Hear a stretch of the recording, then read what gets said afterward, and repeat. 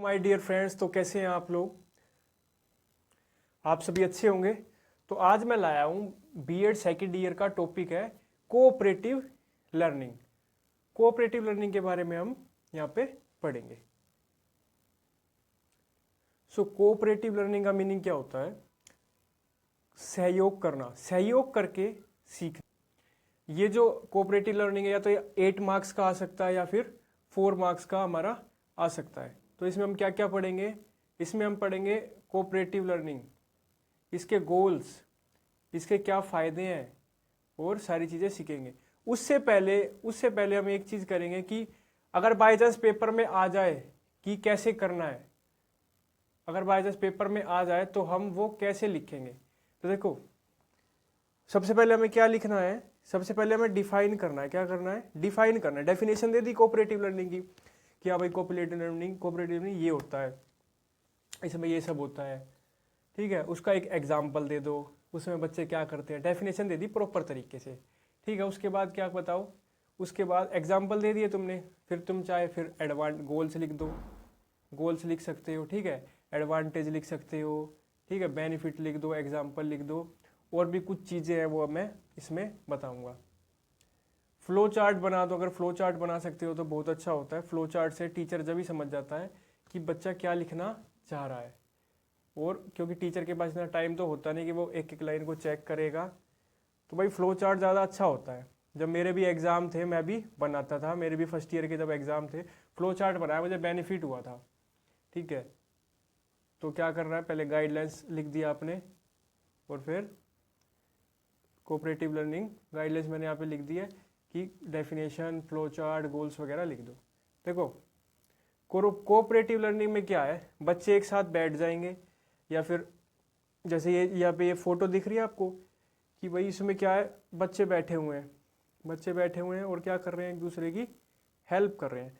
देखो, कोऑपरेटिव मतलब, मान लो एग्जाम्पल दे रहा हूँ एक सिंपल भाषा में, भाई इस लड़की को टेबल आती है लेकिन इस लड़के को नहीं आती, इस लड़के को नहीं आती, लेट सपोज, लेकिन इस लड़के को फॉर्मूला पता है, लड़की को फॉर्मूला नहीं पता। तो अब क्या होगा, एक क्वेश्चन दे दिया तो उसमें जो लड़का फॉर्मूला बता देगा, लड़की ने टेबल से कैलकुलेशन कर ली, आंसर सोल्व हो गया। दोनों की मदद से हुआ ना, एक दूसरे की मदद से उन्होंने सीख लिया। लड़की ने फॉर्मूला सीख लिया, लड़के ने टेबल सीख ली। तो मतलब मिल के, ये तो एक एग्जाम्पल दिया है कि ऐसे मिल के जो है लर्निंग होती है। अब ये सेकंड फोटो में देखो, यहाँ पे क्या हो रहा है, एक दूसरे को हेल्प कर रहे हैं, लर्निंग हो रही है। खैर ठीक है, कोऑपरेट कर रहे हैं। चलिए आगे देखते हैं। अब डेफिनेशन पढ़ते हैं कि भाई लिखना क्या है। देखो, कुछ तो यहाँ पीपीटी से आप देख लेना क्या लिखा है, क्या लिखना है पेपर में, बाकी तो आप बुक से पढ़ना। यहाँ वीडियो क्यों देखने आए हो? आप इसलिए देखने आए हो कि आपको हिंदी समझ आ जाए, हिंदी देखने आए हो। कैसे आप टॉपिक को करोगे कैसे? आपने पहले बुक पढ़ी, बुक से समझ नहीं आया, आप यूट्यूब पे आ गए, मेरे चैनल पे आपने हिंदी सुन ली, मैं यहाँ हिंदी बता दूंगा इस टॉपिक्स की, या पीपीटी तुमने देख ली इंग्लिश में। और फिर अपनी बुक में जरूर पढ़ना, कि बुक से पढ़ना ताकि ज़्यादा समझ आए, और एक बार लिख के जरूर देखना। जैसे टॉपिक पूरा हो जाएगा फिर बुक बंद करके कॉपी पे खुद से लिख के देखना। जब हम माइंड से खुद सोचेंगे ना, लिख के देखेंगे, तो हमें आएगा। चलो अब शुरू करते हैं। कोऑपरेटिव लर्निंग क्या है? एक टीचिंग स्ट्रेटजी है where the student work together. भाई स्टूडेंट, बच्चे जो है क्या करते हैं, एक साथ काम करते हैं। ये नहीं कि अलग अलग बैठे हुए हैं, अलग अलग काम कर रहे हैं, नहीं, एक साथ कोऑपरेटिव सहयोग करके। और क्या सीखते हैं? हो सकता है वो एकेडमिक की चीज़ें सीख रहे हो, पढ़ाई की, मैथ, हिंदी, साइंस, इंग्लिश, या कुछ और एक्टिविटी सीख रहे हो, कुछ और डिस्कस कर रहे हो, कोऑपरेट करके सीखते हैं।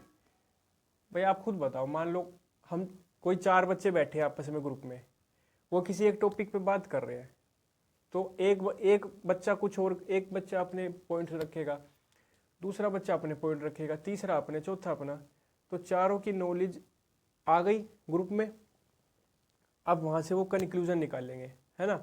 आपने कई बार देखा होगा, आप कई प्रॉब्लम में फंसे होते हो तो आप अपने दोस्त को बताते हो वो चीज़, तो दोस्त कुछ आइडिया दे देता है, वो तुम्हारे दिमाग में नहीं आ रहा होता, तो तुम कहते हो तुम मुझे पहले क्यों नहीं मिले भाई यार, तुम आइडिया ही पहले देते। मतलब कि एक माइंड तो एक होता है ना। तो कोऑपरेटिव मतलब आपने फिर आपकी हेल्प हुई, तो वो कौन सी है? कोऑपरेटिव लर्निंग है। यहाँ में चलो कोऑपरेटिव लर्निंग से क्या फ़ायदा होता है, देखो कैसे, यहाँ हम टीम वर्क करते हैं, टीम में बैठ के काम करते हैं, पीयर इंटरेक्शन, लोग बच्चे आपस में इंटरेक्ट करते हैं, म्यूचुअल सपोर्ट, एक दूसरे को सपोर्ट देते हैं किसी भी काम में। और यहाँ पे क्रिटिकल थिंकिंग भी डेवलप होती है। क्या? क्रिटिकल थिंकिंग और सोशल स्किल डेवलप होती है। सोशल स्किल तो होगी ना, जब आपस में बातचीत कर रहे हैं, एक दूसरे की मदद कर रहे हैं, तो सोशल स्किल, उनमें कॉन्फिडेंस आएगा, डर नहीं होगा सोशल स्किल का। तो होता है कोऑपरेटिव लर्निंग। अब देखो इस एग्जाम्पल से समझो, ये जो मैंने यहाँ फोटो लगाई हुई है ये वाली, देखो लेट सपोज कि इस लड़के को जो है ना, इस लड़के को मान लो ये सॉफ्टवेयर चला रहा है, एग्जाम्पल दूंगा, और इसको कहीं डाउट आ गया, हो सकता है इस लड़की को वो नॉलेज हो या इन लड़की को वो नॉलेज हो, तो वो इनको बताएंगी इस लड़के को, भैया ऐसे कर लो, इसमें ये प्रॉपर्टी है। या फिर इस लड़की को कोई प्रॉब्लम आई, इन्होंने बता दिया, तो क्या हुआ? ये कोलैबोरेटिव लर्निंग हुई, मिल बांट के क्या हुई? लर्निंग हुई।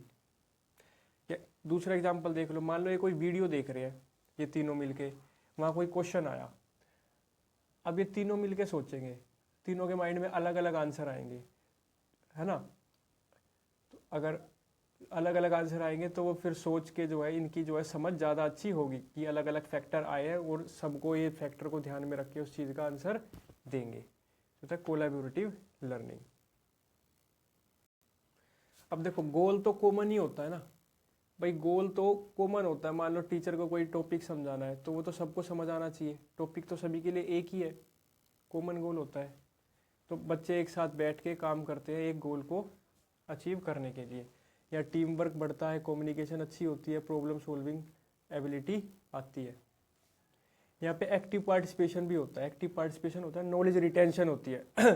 नॉलेज रिटेंशन मतलब हम ज़्यादा याद रख पाते हैं चीज़ों को, क्यों? क्योंकि वो हमने करके देखी है, हमने सोची है, खुद से समझ के करी है। एक तो है टीचर हमें बता दे, हाँ भाई इसका आंसर ये है, कर लो। एक है बच्चा खुद से सोच के करे, तो वो ज़्यादा रिटेंशन में रहती है, हमारी मेमोरी में रहती है।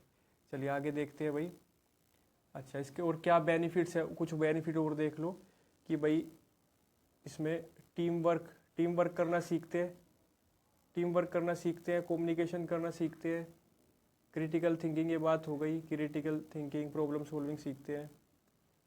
स्टूडेंट की एंगेजमेंट बढ़ती है, बच्चा स्कूल में जा रहा है, दोस्तों के साथ अच्छा इंटरेक्शन हो रहा है, सीख भी रहा है, तो वो स्कूल में डेली आएगा, है ना, अटेंडेंस उसकी सही रहेगी। अगर बच्चा बोर होएगा, तो स्कूल में आ रहा है बोर हो रहा है भाई, कुछ उसको एक्टिविटी नहीं मिल रही, तो अटेंडेंस भी उसकी कम होगी, वो अच्छा फील भी नहीं करेगा। तो एंगेजमेंट अच्छी होती है, एक दूसरे को मोटिवेशन मिलती है, मान लो मोटिवेशन से वो सीखते हैं,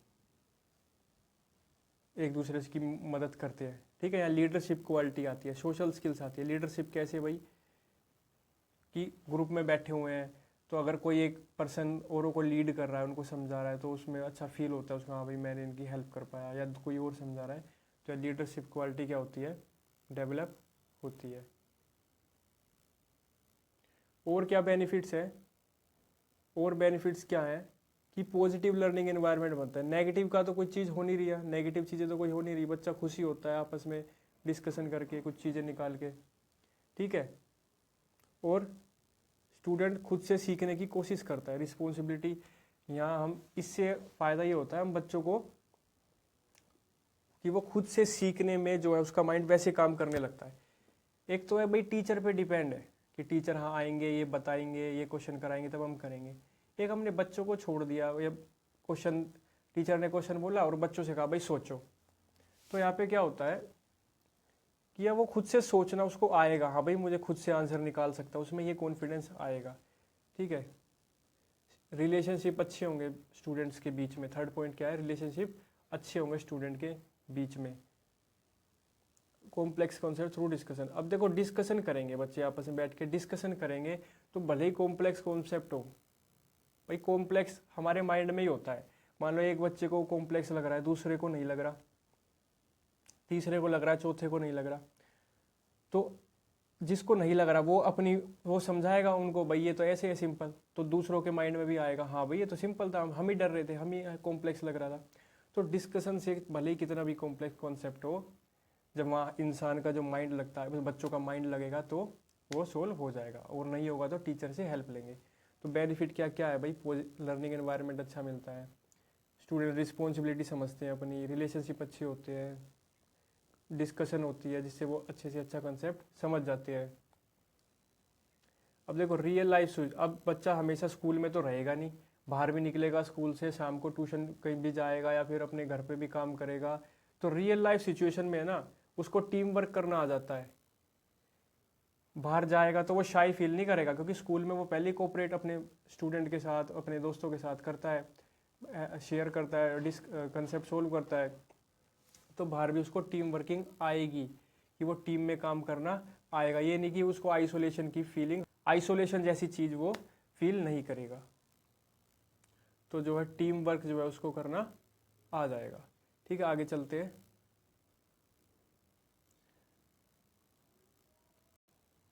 अब क्या गोल है कोऑपरेटिव लर्निंग के, गोल्स क्या हैं? ठीक है, तो वही गोल्स यही हैं कि बच्चा एंगेज करना सीख जाए, जो एंगेज करता है एक दूसरे के साथ, किसी चीज़ों में पार्टिसिपेट करता है, वो क्या करना अच्छे से सीख जाए, वो उसकी इम्प्रूव हो।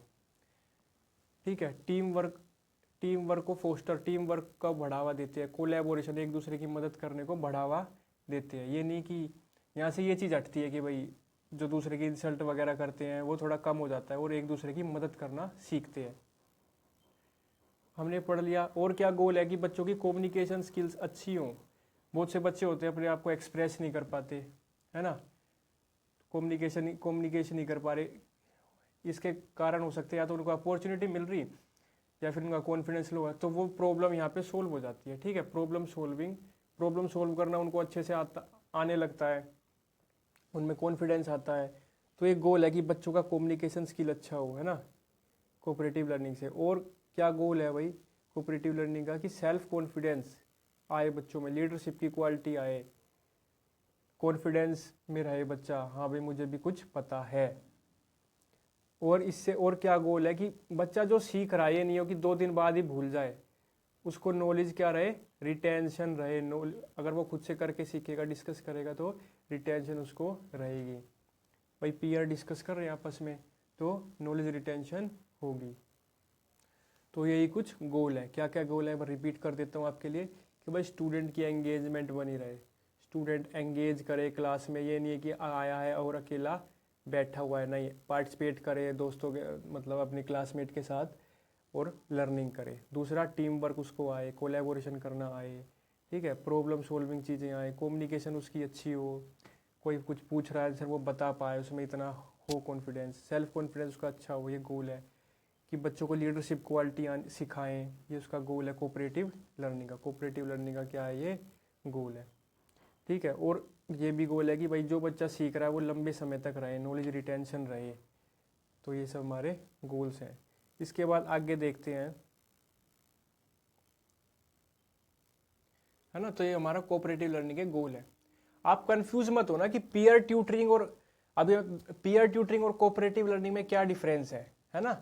इसकी मैं एक वीडियो अभी बना दूंगा मैं। देखो, पीयर ट्यूटरिंग में वहाँ रोल होता है, ट्यूटर ट्यूटी अलग अलग होते हैं। जिसको ज़्यादा नॉलेज होती है वो दूसरे को सिखाता है, वो तो पीयर था। ये कोऑपरेटिव है। कोऑपरेटिव में ये नहीं है कि भाई तुम ट्यूटर हो मैं ट्यूटी हूँ, नहीं, ऐसा कुछ भी रोल नहीं है।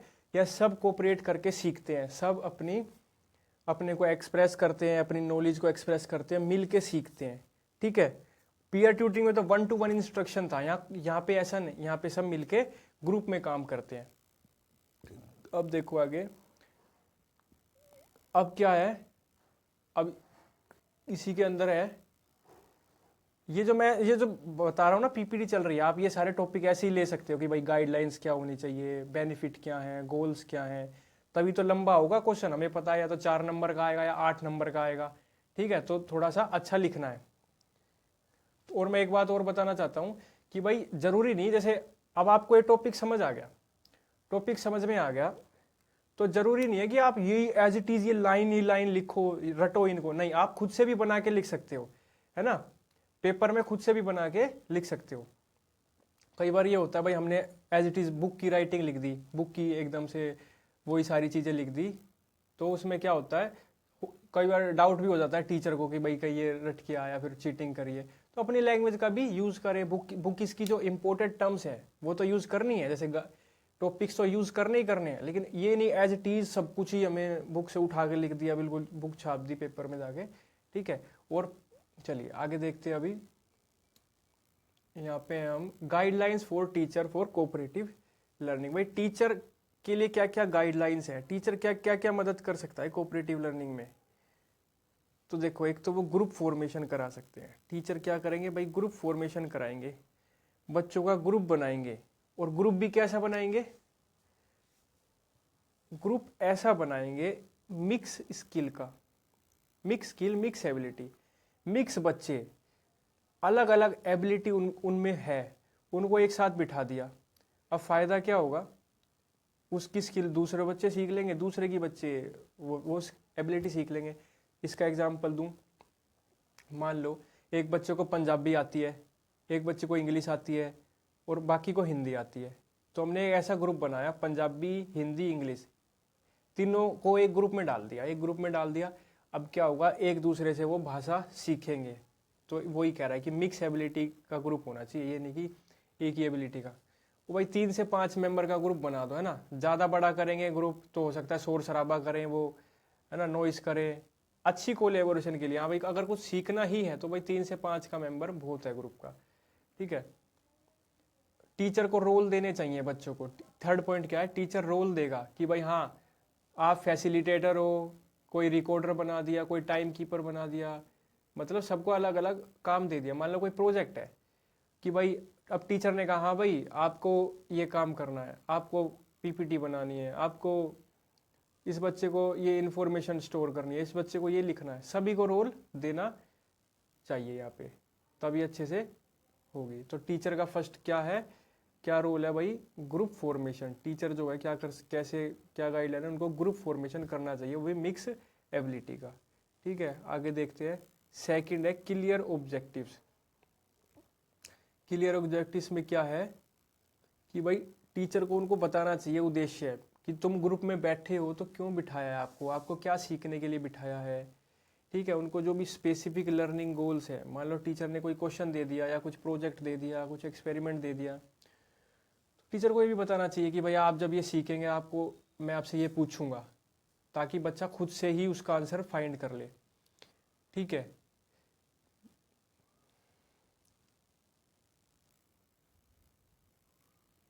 जैसे एग्जाम्पल है, मान लो साइंस की क्लास चल रही है और फोटोसिंथेसिस प्रोसेस चल रहा है, तो टीचर को बच्चों से ये कह देना चाहिए कि बेटा आप अभी पहले उस कि मैं आपसे पूछूंगा कि पत्ती ग्रीन क्यों होती हैं, ठीक है, फोटोसिंथेसिस प्रोसेस किस किस के बीच में होती है। अब जब टीचर ऐसी बात कहेंगे तो बच्चा खुद से सोचने पे मजबूर हो, हाँ अच्छा ये क्यों होता है, फिर वो खुद से आंसर निकाल लेगा।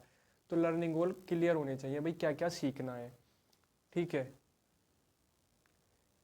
और यहाँ पे जो है ये भी ध्यान रखना चाहिए भाई, अगर मान लो 5 लोग, दूसरा पॉइंट बता रहा हूँ, 5 लोगों का मेंबर है, तो ये नहीं कि एक बच्चे ने सारा काम कर दिया, एक बच्चा बहुत ही ज़्यादा इंटेलिजेंट था और बाकी से कुछ नहीं हुआ, बाकी ने कुछ नहीं किया, नहीं। Can not be completed individually, अकेले नहीं बल्कि सबको साथ में लेके चलना है। अकेले ही करना था तो फिर ग्रुप क्यों बनाया। तो ये टीचर को देखना पड़ेगा, टीचर को इंश्योर करना पड़ेगा कि भाई जो है टास्क जो है मिलके हो, बच्चों हो, ठीक है। Define success criteria expected outcomes, ये मैंने आपको बता दिया कि टीचर बताएंगे बच्चों को कि ये हमारे आउटकम्स एक्सपेक्टेड है, कि हम आपसे ये एक्सपेक्ट करते हैं आपको ये चीज़ें आ गई होंगी। तो पहला क्या था टीचर की, टीचर क्या करेंगे, ग्रुप फॉर्मेशन करेंगे। फिर क्या करेंगे, ऑब्जेक्टिव्स बता दिए बच्चों को, बेटा आपको ये सीखना है, आप ये क्वेश्चन आपको आने चाहिए, ऐसे करके।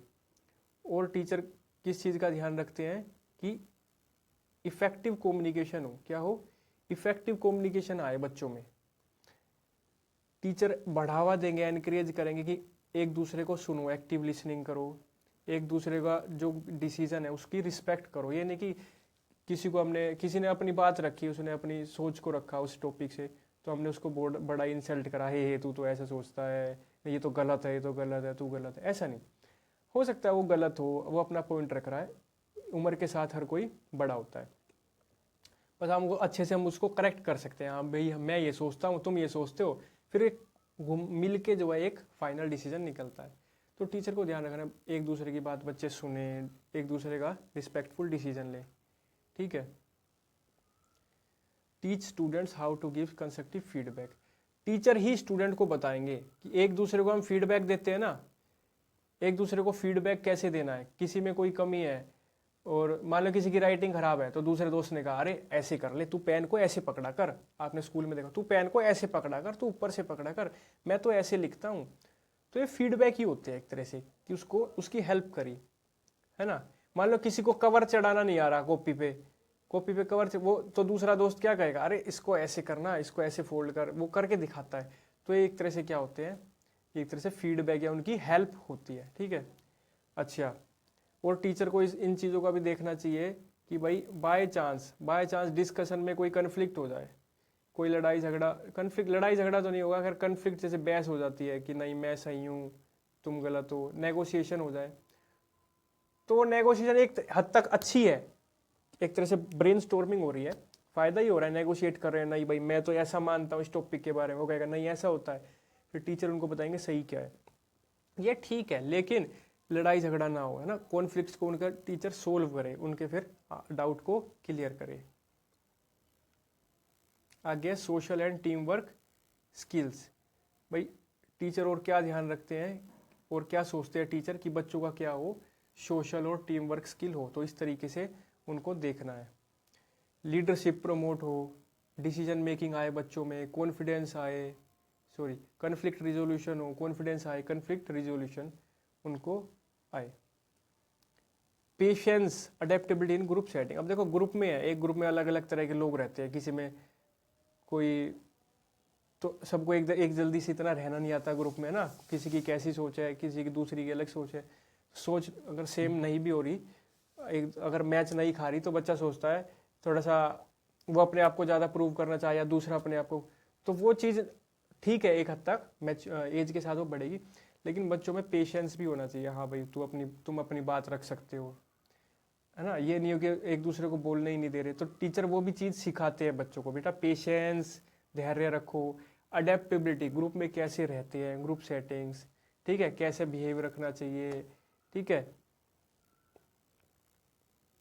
ठीक है, तो क्या क्या गाइडलाइंस थी कि भाई group formation, clear objective, effective communication आए बच्चों को, और टीम वर्क आए, सोशल स्किल आए बच्चों को, तो टीचर इन खास चीज़ों का क्या रखेंगे, ध्यान रखेंगे। आगे है बस 2 स्लाइड रह गई फिर खत्म है, 2 स्लाइड रह गई। देखो एग्जाम्पल क्या है कोऑपरेटिव लर्निंग के, एग्जाम्पल क्या है कोऑपरेटिव लर्निंग के। देखो मान लो टीचर ने कोई क्वेश्चन पूछा, अब बच्चा क्या करेगा, think pair share in the classroom. मान लो टीचर ने एक सोचने वाला क्वेश्चन पूछा जिसमें बच्चा सोचने पे मजबूर हो गया, स्टूडेंट पहले सोचेगा खुद से, अब उसको खुद नहीं समझ आया, फिर वो कहेगा अरे यार तुझे टीचर ने कहा है, क्या तुम्हें आता है यार, मुझे तो ये डाउट है, फिर वो कुछ और बताएगा, हो सकता है वो कुछ नॉलेज बता दे, उनको आता हो, ठीक है, फिर वो चीज़ को जो है finally share with the class. मतलब स्टूडेंट फर्स्ट थिंग इन, पहले वो खुद से सोचेगा, है ना, और फिर अगर टीचर ने उनको ग्रुप में बिठा दिया, चलो सोचो भाई, फिर वो और उसे डिस्कस करेगा, और फिर and finally share with the class. फिर अगर बच्चों को सुना बता दिया ठीक है, वरना टीचर फिर उनको बताएंगे। इसका और क्या एग्जाम्पल है, इन आ हिस्ट्री, एग्जाम्पल क्या लिखा हुआ है, एक second, in a history lesson, मान लो कोई हिस्ट्री का लेसन है, student analyze primary source, discuss interpretation with the peer and present insight to the class. भाई कोई हिस्ट्री का क्वेश्चन चल रहा है, टीचर ने कुछ पूछा, तो बच्चे को पुरानी नॉलेज भी होनी चाहिए, उसका जन्म कहाँ हुआ, कब हुआ, तो वो अगर एक को याद नहीं है वो दूसरे से पूछेगा, वो फिर तीसरे से पूछेंगे, फिर एक दूसरे से डिस्कस करेंगे, हाँ भाई इनका जन्म यहाँ हुआ था, वो ये हुआ था, ऐसे डिस्कशन चलेगी और उनसे क्या आएगा। तो ये क्या है, रियल लाइफ में ऐसे होता है हर क्लास में होता है ना, एक दूसरे से बच्चे पूछते हैं, अरे ये मैथ का फॉर्मूला क्या है, मेरे याद नहीं आ रहा, फिर दूसरा कहता है अरे ये है। तो ऐसे जो है कोलैबोरेटिव लर्निंग होती है। इसका लास्ट है भाई, रियल लाइफ में देखो कोलैबोरेटिव, जैसे ग्रुप साइंस एक्सपेरिमेंट है, टीचर लैब में ले जाते हैं, जैसे बच्चे लैब में जाते हैं स्कूलों में, हाँ जी जाते हैं, तो वहाँ पे क्या होता है, एक second, group science experiment, chemistry class, students are divided into groups. Teacher क्या करते हैं भाई, बच्चे ग्रुप में बढ़ जाते हैं, ग्रुप में अभी 2-2 का ग्रुप, 4-4 का ग्रुप, और फिर क्या होता है, एक्सपेरिमेंट होता है। मान लो कुछ टाइट्रेशन का काम है, जो केमिकल्स मिलाने हैं, तो अब सब बच्चे, एक बच्चा इधर से एक केमिकल दे रहा है, दूसरा बच्चा दूसरा केमिकल दे रहा है, फिर वो सोच रहे हैं अब इसको ऐसे मिलाना है। अगर कोई मिस्टेक कर, दूसरा बच्चा कहता है अरे नहीं नहीं ऐसे नहीं, तो एक कोलैबोरेटिव मिल के जो है सीखते हैं। हर मेंबर रिस्पॉन्सिबल है अलग अलग टास्क के लिए। यहाँ पे ये नहीं कि एक ग्रुप है पूरा और एक ही बच्चा काम कर रहा है, नहीं, हर कोई मेंबर कुछ ना कुछ काम यहाँ करता है, और इसका ध्यान कौन रखेगा, टीचर रखेगा।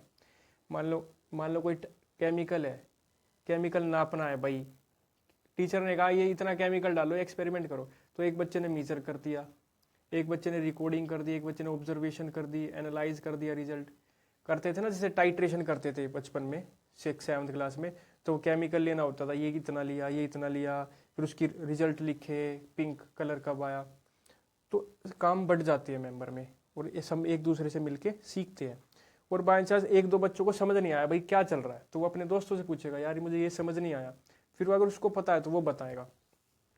तो ऐसे जब हम एक्सपेरिमेंट करते हैं तो वो भी कोलैबोरेटिव लर्निंग का ही एग्जाम्पल है। और क्या एग्जाम्पल है, बायोलॉजी से देख लो, a biology class dissects a frog where one student read instruction, other dissects, other record findings. मतलब एक बायोलॉजी का भी जो भी एक्सपेरिमेंट है, ये भी क्या कर रहे हैं, मिलके काम कर रहे हैं। ठीक है, मतलब आप इसको ऐसे समझ सकते हो कि कोई फ्रॉग के बारे में पढ़ना है, कोई फ्रॉग का टॉपिक होगा, तो टीचर ने कहा एक बच्चा पढ़ेगा कि कितने उसके लेग्स होते हैं, उसके एक्सटर्नल फीचर्स क्या है, एक बच्चा दूसरे फीचर पढ़ेगा, वो कैसा है, कैसा कैसा एनिमल है वो, है ना। तो ये अलग अलग तरीके से बच्चे उसको पढ़ेंगे कि वो एम्फीबियन है या क्या है। ठीक है, अब देखो काफ़ी बड़ी वीडियो हो गई, अब मैं फाइनल बता देता हूँ आपको एक बार जल्दी से कि हमने क्या क्या, ठीक है, हमने पढ़ लिया गोल्स क्या होते हैं भाई। गोल्स यही है कि स्टूडेंट अच्छे से अच्छे एंगेज करे, टीम वर्क आए उन बच्चों को, कॉन्फिडेंस बढ़े। गाइडलाइन क्या है टीचर की, टीचर ग्रुप फॉर्मेशन करते हैं, फिर ऑब्जेक्टिव्स देते हैं बच्चों को कि बेटा तुम्हें ये आना चाहिए, या हम इसलिए पढ़ रहे हैं तो कि ये सिखाने के लिए। टीचर ध्यान रखते हैं उनकी कम्युनिकेशन अच्छी हो, वो ध्यान से सुने एक दूसरे की बात, तो ये सब है।